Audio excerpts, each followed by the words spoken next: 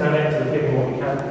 And this event is brought to you today by Giving What We Can Oxford, Giving What We Can's Student Society.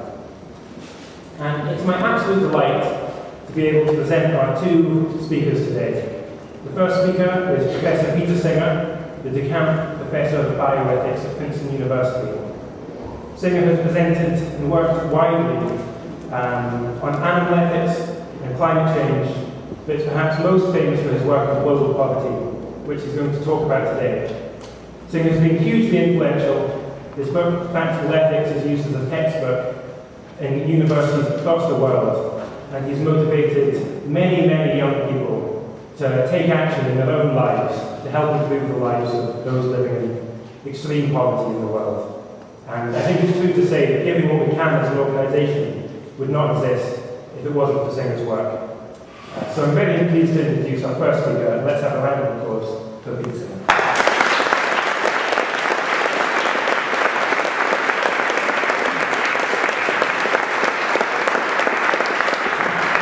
Thank you very much, Will, for that introduction. I want to thank everyone involved for setting up this meeting, Will and Toby Ord and Holly over in front here has been doing a lot of organising for it, and it's great to see such a big audience. I suppose I should also thank the McDonald Centre for Ethics and Theology that brought me to Oxford for a conference that just concluded in which Christian ethics has been engaging with my view. And although, as those of you who know something about my views will realise, on many points there is some conflict or at least tension between my views and Christian ethics. But on the topic that I'm going to speak about today, and this meeting is about, the reverse is the case. I think there's actually a great deal of harmony between what I'm saying and what Christian ethics is saying. So I want to make it clear that I'm not speaking from a specific moral standpoint. For example, a utilitarian standpoint, those who've read my works will know that I am a utilitarian, but I think the argument that I'm putting forward is a much more general one that ought to apply to all of us, given that we accept certain pretty common, pretty basic premise. And so what I'm going to do in the next few minutes is to set out that argument. It's probably familiar to some of you if you've already read my work or heard me speak on this topic before, so I apologise for that. But it won't be familiar to all of you. And then I'll go on further and develop the line of argument that I think leads to what we're talking about and to the work of Giving What We Can, the organisation that I'm very happy to be speaking on behalf of. So, I start this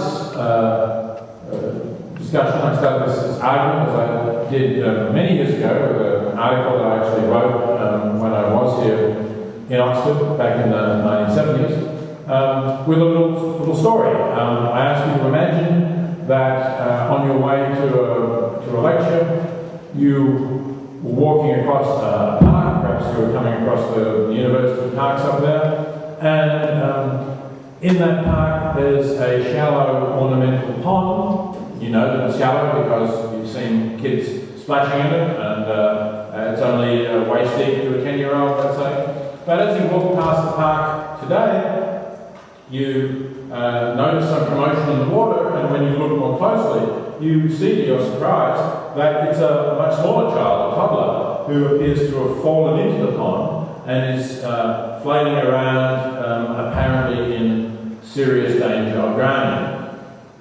So the first thing that you think of now is, well, there must be some parents or babysitter or somebody who's looking after this little child. But you look around and there's actually no one there. You don't know why, but there's only you and the toddler in the pond.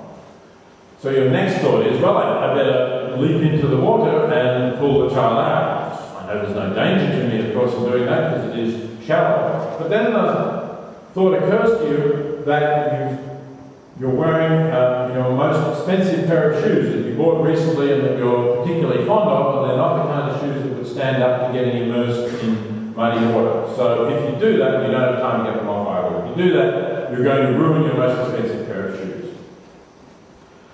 Now, is that a dilemma that you have? Are we now in a situation of a moral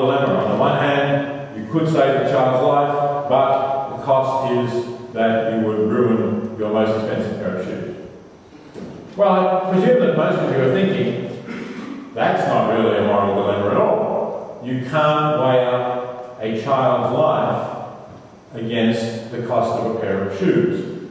Obviously, you ought to leap into the pond, forget about the damage to the shoes, and get that child out of there, try and find the parents or babysitter, whatever it takes. And maybe you'll be late for your lecture as well, but that's also not important compared to what's at stake.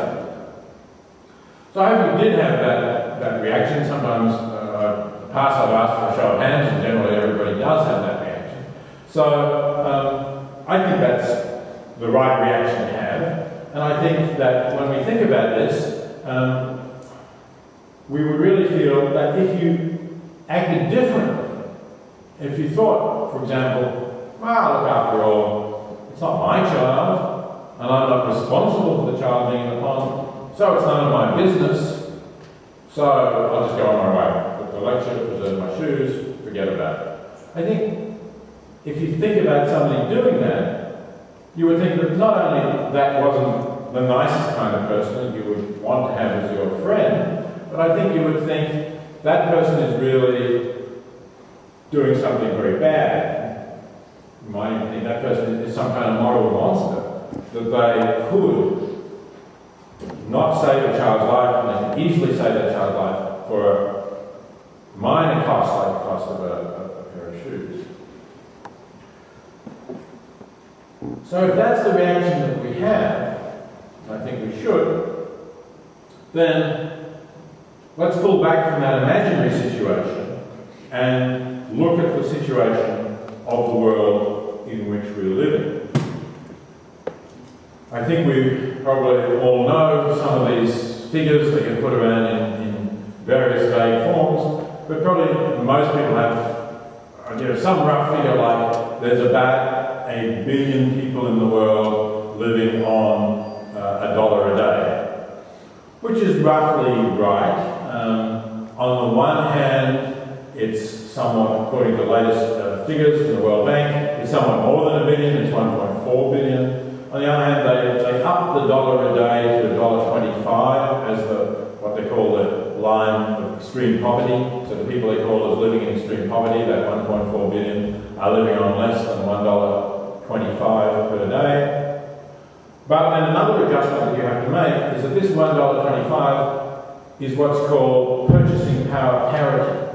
So it's already been adjusted to the fact that those of you who travel in developing countries will well know your dollar or your pound goes a lot further if you go to some developing country, go to the bank, change it into local currency, and then buy a meal with it or something. You might say, wow, when I go to some of these countries, I can buy a decent meal for less than £1. So you don't really need a lot of money to get around in those places. So you might think, oh, maybe I wouldn't do too badly on $1.25, but it's $1.25 adjusted for that purchasing power difference. So depending on what country you're in, it might be only 50 cents in purchasing power.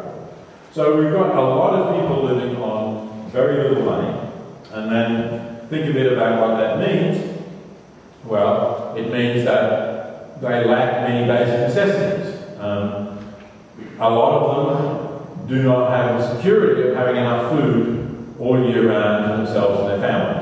So I'm not saying they're all starving, that's not the case, but they don't have food security to make sure that they have enough. And there may be periods of the year when they don't have enough, and they may be living on 1 meal a day, or they may actually be hungry, or they may be malnourished, or their children may be malnourished. And that, of course, is a cause of weakness, and combined with simple diseases can be a cause of death. And then they don't have safe drinking water, or they don't have decent hygiene. And those are also causes of the spread of disease and death. And if that does happen, if they get some diseases, even a simple disease like diarrhea, they may not have access to even the most basic kind of healthcare.